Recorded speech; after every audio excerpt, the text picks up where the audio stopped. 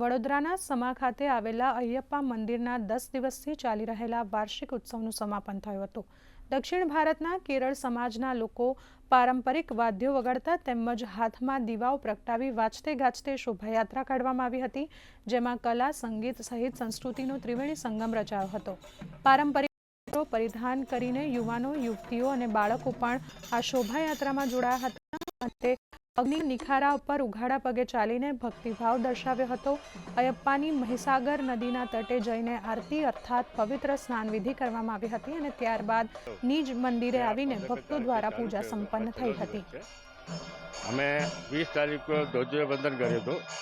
એ ઉત્સવનું સ્ટાર્ટિંગ કહેવાય અને આજે બધું ઉતારે છે, છેલ્લો દિવસ છે અને આ પીરિયડમાં 15 તારીખથી અત્યાર સુધીમાં સાંજે રોજ બહુ ઘણી પ્રોગ્રામ અમે કર્યા હતા।